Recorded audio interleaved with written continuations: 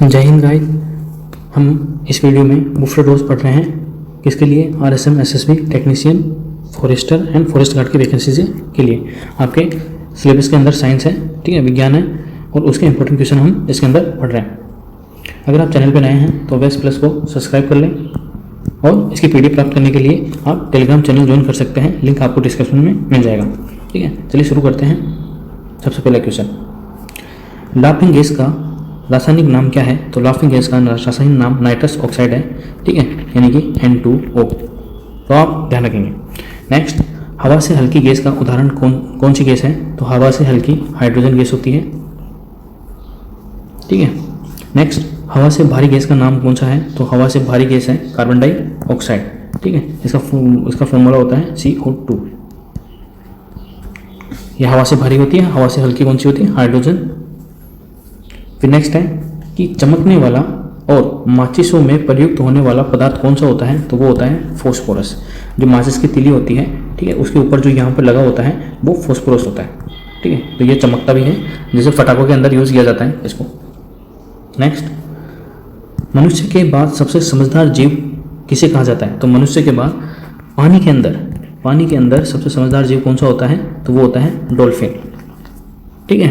और बंदरों के अंदर होता है कौन सा? चिंपैंजी, ठीक है। तो चिंपैंजी नहीं होता है, वो होता है गोरिल्ला, ठीक है। बंदरों में गोरिल्ला होता है, पानी के अंदर डॉल्फिन होता है, और होमो सेपियंस में तो मनुष्य होता ही है, ठीक है। बांस एक प्रकार का क्या है? तो बांस एक प्रकार की घास है, ठीक है। ये पहले घास नहीं थी, इसको पेड़ों की श्रेणी के अंदर ही शामिल किया जाता था, लेकिन बाद में जब बेम्बू मिशन लाया गया तब इसको घास की श्रेणी के अंदर डाल दिया गया है, ठीक है। तो बांस एक प्रकार की घास है, ठीक है, तो ये आप ध्यान रखेंगे। गोबर गैस में मुख्यतः कौन सी गैस होती है? तो गोबर गैस में मुख्यतः मीथेन गैस होती है, जिसकी स्मेल सड़े हुए अंडे जैसी भी आती है, ठीक है। इसका फॉर्मूला होता है CH4, ठीक है। तो गोबर गैस के अंदर मीथेन होती है, ठीक है, तो बहुत ही खतरनाक स्मेल आती है इसकी, CH4 इसका फॉर्मूला होता है। कुकिंग गैस यानी कि जो खाना बनाने में अपन गैस काम में लेते हैं, उसके अंदर कौन सी गैसें होती हैं? ठीक है, तो वो होती हैं प्रोपेन और ब्यूटेन, ठीक है। तो ये आप ध्यान रखेंगे, प्रोपेन और ब्यूटेन। फलों को पकाने के लिए किस गैस का प्रयोग किया जाता है? तो फलों को पकाने के लिए आर्टिफिशियल तरीके से जो फलों को पकाते हैं उसमें एसिटिलीन का प्रयोग किया जाता है, ठीक है। ये एक तरह का गैस भी आती है, ठीक है, और इसकी जैसे गोलियां भी होती हैं, गोलियां बना देते हैं इसके अंदर कुछ मिश्रण ऐड करके, ठीक है। तो उसको फलों के बीज के अंदर रख देते हैं, जिससे फल आर्टिफिशियल तरीके से पक जाते हैं। कई बार आपने देखा होगा जब फलों की पेटी होती है उसके अंदर जो गोली रखी जाती है, वो बीच में जहाँ उस गोली के आसपास के जो फल होते हैं वो एकदम सड़ जाते हैं, ठीक है। तो वो क्या है, ज़्यादा गैस रिलीज होने के कारण वो जल्दी पक जाते हैं, और जल्दी पकने के बाद वो सड़ने लग जाते हैं। नेक्स्ट है कि गलगंड गोइटर नामक रोग किसकी कमी से होता है? तो जो गलगंड रोग होता है वो आयोडीन की कमी से होता है, ठीक है। तो आप ध्यान रखेंगे, ठीक है, जो कि NaCl के अंदर होता है। ये नमक का फॉर्मूला है, आयोडीन। नेक्स्ट है, जीवाश्मों की आयु निर्धारित करने के लिए कौन सी विधि अपनाई जाती है? तो जो जीवाश्म होते हैं, जो हजारों करोड़ों वर्ष पहले चट्टानों के अंदर दब गए थे, वही जीवाश्म में परिवर्तित हो जाते हैं, ठीक है। तो उनकी आयु निर्धारित करने के लिए हम कार्बन डेटिंग विधि का प्रयोग करते हैं। इसी से सिंधु घाटी सभ्यता की आयु या जो समय वो पता लगाया गया है, ठीक है। तो ये भी आप ध्यान रखेंगे। लालटेन, जो पुराने ज़माने में जब बिजली नहीं हुआ करती थी तब लालटेन ही काम में लेते थे, और उस लालटेन के अंदर होता था मिट्टी का तेल, ठीक है, और उसके अंदर एक बत्ती होती थी, वो मिट्टी के तेल के अंदर डूबी रहती थी निचली वाली साइड में, ठीक है।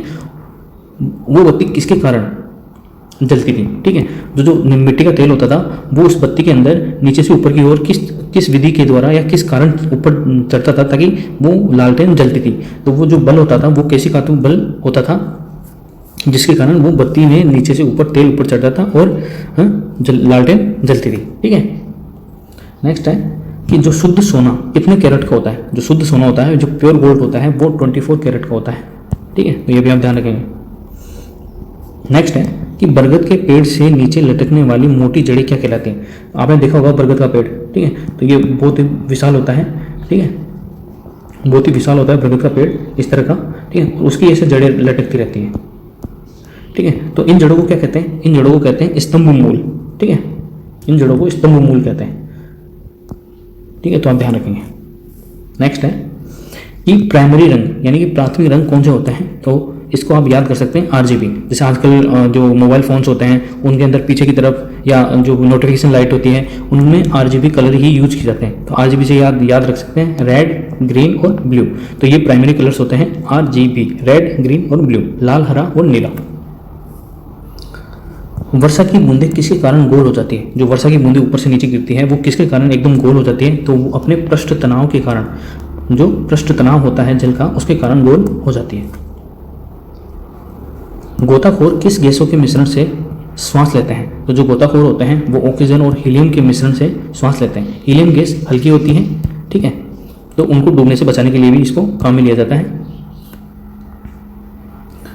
भोपाल गैस दुर्घटना में कौन सी गैस का रिसाव हुआ था? ठीक है, जो 1984 के अंदर भोपाल के अंदर जो गैस त्रासदी हुई थी उसके अंदर मिथाइल आइसोसाइनेट का रिसाव हुआ था, जिसके अंदर हजारों लोगों की मृत्यु हो गई थी, ठीक है। जल का शुद्धतम रूप क्या है? जो जल का शुद्धतम रूप क्या है? तो वर्षा का जल शुद्धतम जल होता है, ठीक है, आप सब लोगों को पता होगा। कौन सी गैस नोबल गैस कहलाती है? ठीक है, जो हीलियम गैस होती है वो नोबल गैस कहलाती है। ये अनरिएक्टिव होती है, ये किसी के साथ रिएक्ट नहीं करती है, ठीक है, इसलिए इनको नोबल गैसेस कहा जाता है। बायोडीजल बनाने में किस वनस्पति का उपयोग किया जाता है? ठीक है, तो वो है रतनजोत, जेट्रोफा जिसको बोलते हैं। इससे बायोडीजल बनाया जाता है ताकि वायु प्रदूषण को कम किया जा सके। बर्ड फ्लू और स्वाइन फ्लू के विषाणु का नाम बताएं। तो बर्ड फ्लू जो कि मुर्गियों में होता है, ठीक है, और स्वाइन फ्लू जो इंसानों के अंदर फैलता है। जो बर्ड फ्लू होता है उसका वायरस का नाम है H5N1, ठीक है, और जो स्वाइन फ्लू है उसका वायरस का नाम है H1N1, ठीक है। ये सर्दियों में ज़्यादा फैलता है, स्वाइन फ्लू सर्दियों में ज़्यादा फैलता है क्योंकि ठंड के कारण ये एक्टिव हो जाता है H1N1। बर्ड फ्लू तो मुर्गियों के अंदर फैलता है, इसका कोई इलाज नहीं है बर्ड फ्लू का, इसलिए जो जितनी मुर्गियाँ होती हैं उनको एक गड्ढा खोदकर उनके अंदर फिल करके मार दिया जाता है। सूर्य की किरणों से कौन सा विटामिन प्राप्त होता है? तो सूर्य की किरणों से विटामिन डी प्राप्त होता है, जो कि अपनी जो शरीर की हड्डियों की मजबूती के लिए बहुत ही इंपॉर्टेंट है, ठीक है। तो आप सुबह की 9 बजे तक की जो धूप होती है उसको ग्रहण करने की आदत बनाएं। चांदी का कौन सा यौगिक मुख्यतः फोटोग्राफी के अंदर प्रयुक्त होता है? तो वो होता है सिल्वर ब्रोमाइड, ठीक है, सिल्वर ब्रोमाइड होता है AgBr। सिल्वर को अर्जेंटम कहते हैं और ब्रोमाइड को ब्रोमाइड ही कहते हैं, ठीक है। हीरा एवं ग्रेफाइट किसके अपरूप है? तो हीरा और ग्रेफाइट कार्बन के अपरूप है। इसके अंदर एक फुलरिन भी होता है, ठीक है, तो फुलरिन भी कार्बन का अपरूप है, ठीक है। 1 किलोग्राम पदार्थ के तुल्य ऊर्जा किस क्रम में होती है? तो 1017 जूल के क्रम में होती है। विद्युत की वह मात्रा जिससे 108 ग्राम सिल्वर कैथोड पर एकत्रित होती है क्या कहलाती है? तो 1 फेराडे कहलाती है, ठीक है। तो 108 gram silver cathode equal to 1 faraday, ठीक है, तो ये आप ध्यान रखेंगे। विभिन्न देशों के 6 माइक्रो सैटेलाइट्स के साथ 23 सितंबर 2009 को कौन सा उपग्रह विमोचित किया गया था? तो वो था ओशियनसेट 2, जो कि इंडिया के द्वारा विमोचित किया गया था, ठीक है, तो ये भी आप ध्यान रखेंगे। एंटोमोलॉजी में किसका अध्ययन किया जाता है? ठीक है, जो एंटोमोलॉजी होता है उसके अंदर कीटों का अध्ययन किया जाता है, ठीक है, तो ये आप ध्यान रखेंगे। किसके अंदर? एंटोमोलॉजी के अंदर कीटों का अध्ययन किया जाता है।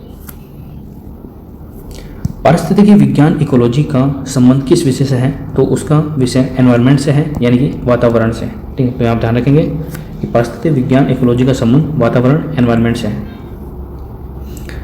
जेनेटिक्स में किसका अध्ययन किया जाता है? जो जेनेटिक्स है उसके अंदर जीन का अध्ययन किया जाता है, और जीन एक ह्यूमन बॉडी से अन्य ह्यूमन बॉडी के अंदर अपने गुण ट्रांसफर करने का एक जरिया होता है, ठीक है, तो यह आनुवांशिकता और गुणसूत्र का अध्ययन किया जाता है जेनेटिक्स के अंदर, ठीक है, तो आप ध्यान रखेंगे।